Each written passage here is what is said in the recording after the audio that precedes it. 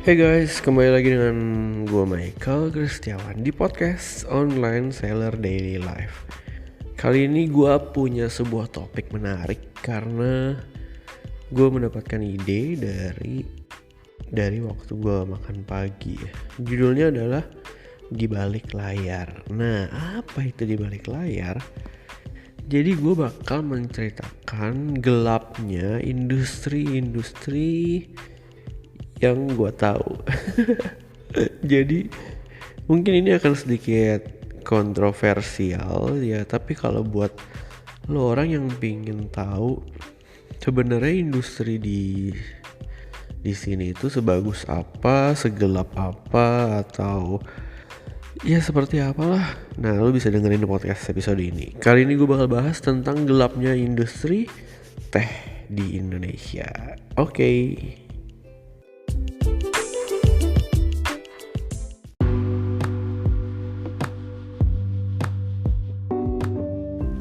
Oke, jadi episode di balik layar kali ini gue bakal ceritain tentang industri teh di Indonesia ya.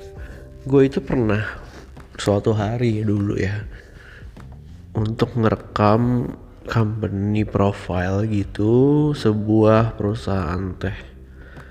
Nah, gue ngeliat di sana ada orang-orang yang tugasnya ngepacking teh kan. Ya jadi kan teh itu habis dipetik, dipanen, disangrai, dimasak, terus dikasih kasih wangi-wangi ya, jadi melati gitu, teh melati. Terus di packing. Nah, masalahnya adalah ketika memaking teh itu orangnya banyak banget. Jadi isinya tuh mbok-mbok banyak banget sampai ke ujung. Jadi benar-benar banyak banget, bener-bener banyak banget. Gua nggak bisa hitungin tuh ada berapa, yang pasti banyak banget ya. Jadi memang mereka itu diperlakukan layaknya mesin ya, dibayar per packaging teh. Satu packaging itu berapa rupiah gitu. Jadi mereka harus kerja secepat mungkin supaya dapat bayarannya tinggi. Nah, itu dia yang menyedihkan menurut gue ya. Buruh pabrik yang bayarannya nggak tinggi-tinggi banget sebenarnya. Menyedihkan lah. Terus gue pernah hitung, kira-kira kalau sehari dia mampu membuat berapa packaging gitu. Ternyata memang ya nggak banyak, sedikit. Tangannya sampai lengket banget kan karena tepung, terus udah gitu kena lem kertasnya, terus bau banget tuh melatinya tuh menyengat banget. Jadi mungkin begitu dia pulang ke rumah bajunya aja sampai wangi melati kali. Dan itu duduk semua berjejer 4 baris, satu baris mungkin bisa ada 200 orang gitu, benar-benar ratusan orang deh itu ada di satu hall pabrik yang menurut gue panas juga ya. Jadi emang benar-benar kayak mesin. Itu fakta pertama ya. Jadi di balik layarnya kayak gitu ternyata. Dan memang sebelum gue melakukan proses video dan lain-lain foto, gue dikasih tahu sama brandnya kalau file ini jangan sampai tersebar, karena kalau tersebar gue akan didenda. Ya kayak gitu-gitu tuh, makanya jadi ya emang itu gelapnya industri seperti ini. Itu yang pertama.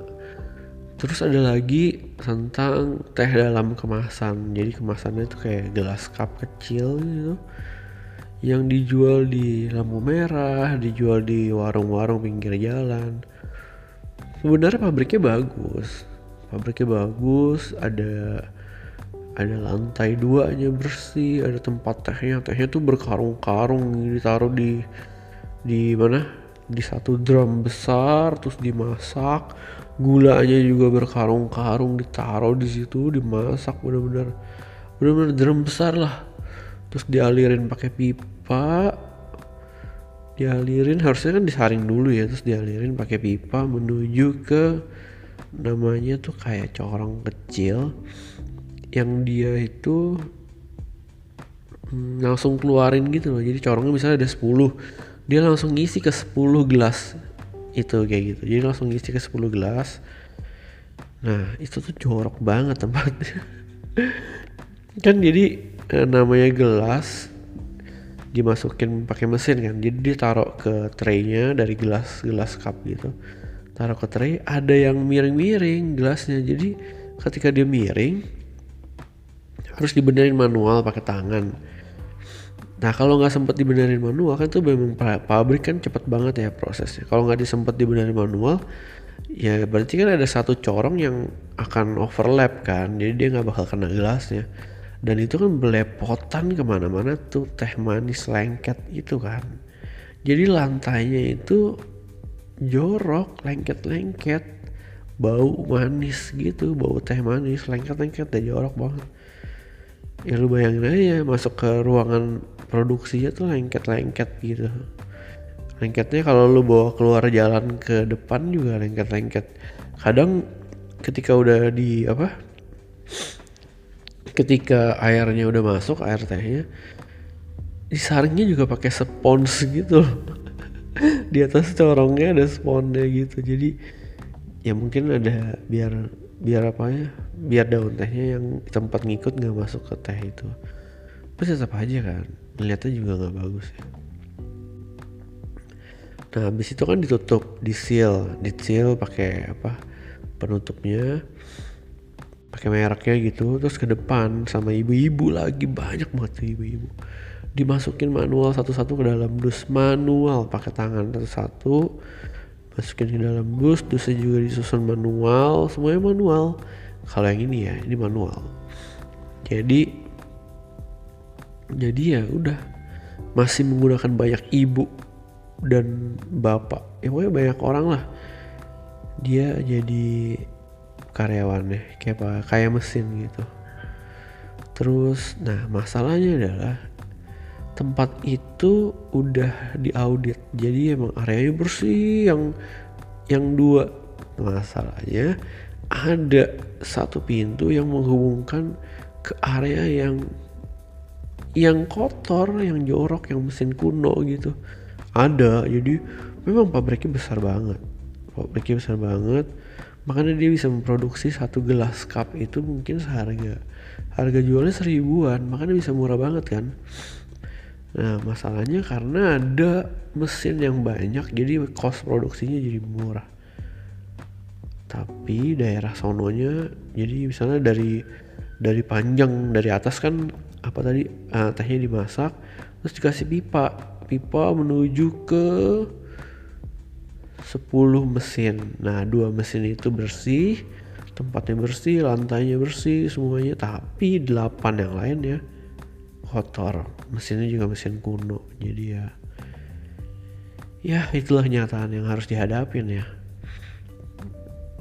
Namanya juga bisnis ya, orang kan pasti maunya berusaha menekan cost serendah-rendahnya demi keuntungan yang setinggi-tingginya.